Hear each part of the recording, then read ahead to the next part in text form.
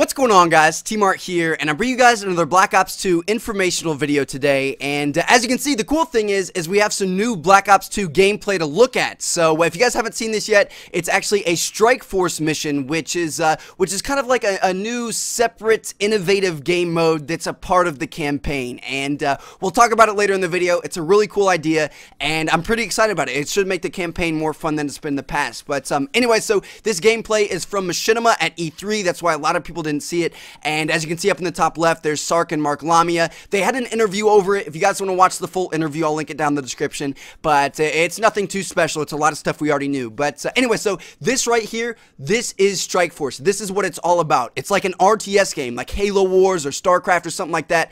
You're this person up in the sky. You can tell your troops where to go, etc., etc. But the twist is you can zoom in on those troops or those machines or, whatever you want to do, and you can actually control them. So you can see he's zoomed down here. He's going to be able to shoot his weapon. He's supposed to destroy this proton laser over to his left. But wait, that's boring using a soldier. Why don't we switch over to, I don't know, a quad rotor drone? Bam, we're in a quad rotor. We can fly around. We can mess up enemies. We can do whatever we want to do. This is the big innovation that campaign has for Black Ops 2. And this is why they always say, like, nobody's going to have the same campaign experience, because you won't. Because some people might want to play the whole thing up in the sky, almost like a chess match, while other people might want to play the whole thing just normally as a soldier, or myself, I'll probably be running around in quad rotors and claw tanks and things, which you'll see the claw tank in a minute. It's really, really cool. But yeah, so this stuff is pretty exciting. Now, one thing that everybody needs to know is that not the entire campaign is exactly like this. So, I mean, most of Black Ops 2's campaign, I'm assuming,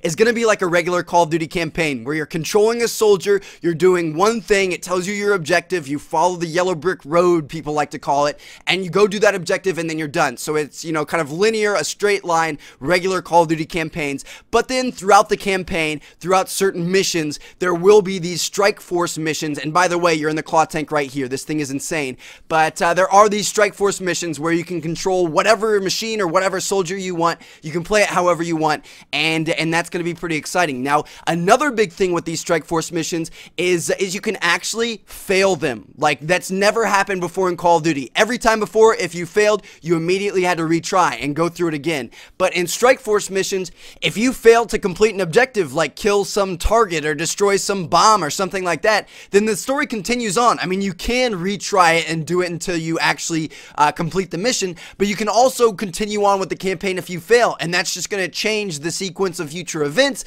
It's going to change possibly the outcome. I mean, they have said that there are multiple endings to Call of Duty Black Ops, which is pretty insane. I mean, that's crazy to think about, that your friend and you could have two completely different campaign experiences, which is pretty exciting. So that's what they're changing with the single player campaign of Black Ops 2. Now, as we get towards the end of this video here, I wanted to talk a little bit more about like campaign or multiplayer and zombies, because we've been seeing a lot of campaign gameplay over the past couple of weeks and months and things, and a lot of people are getting a little bit worried, and they're talking like, you see these claw tanks that look really, really tough to destroy. If that was a kill streak in multiplayer, that would probably be pretty overpowered. Now, also, people saw the X-ray sniper rifle. If that was a gun in multiplayer, that would be insane. Now, I doubt it'll be a gun. I bet it'll be an attachment, but overall, we've seen a lot of this future technology and equipment and vehicles and things that a lot of people are worried about, and a lot of people are thinking, wait a second,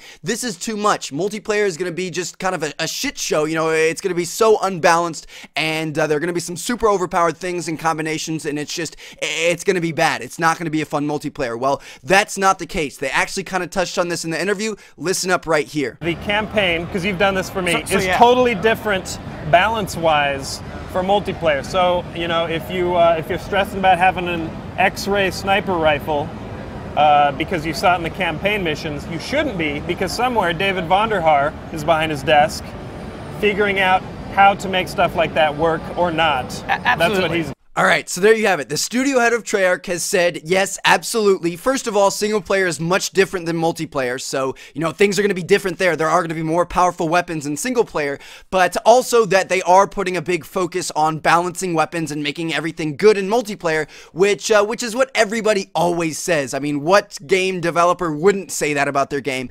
But the thing is they're really serious. So, there was this article out before, I'll link it down in the description, but it said, I think our weapons and our balance are going to be unique in Black Ops 2.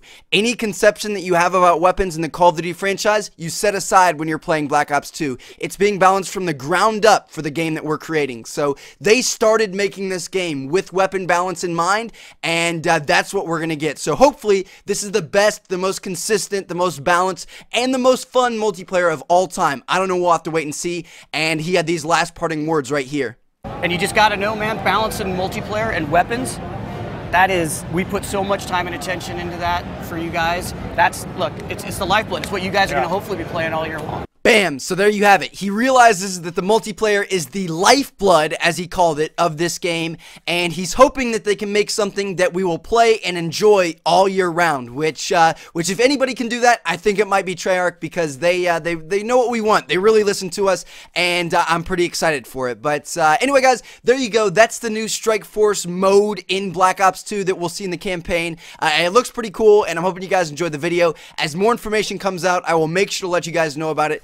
And also, I've got Interactive Modern Warfare 3 number 5 coming out here on Monday, so make sure to check back in 2 days for that one. It's awesome. It's one of my favorite yet. And one last thing is I wanted to give a big shout out to ProMods. I met him at E3. He'd actually made a controller for me, and as you can see, this thing is just boss. It's insane. So if you guys have Twitter, I'll do a little click to tweet thing where you can just tweet at him and say, you know, T Martin says thank you for his controller. It's epic, or something like that. I would really appreciate it. And if you guys want to, you could check out his website if you want a controller for yourself. Mine doesn't have any mods or anything, but you know, he does that stuff if you really want it, even though I do hate you, you freaking RSAS modded controller guys that I see in almost every lobby now. But anyway, so hope you guys enjoyed the video. Check out one of the other 2 videos on screen if you haven't seen them yet, and thank you all for watching. Catch you all later. See ya.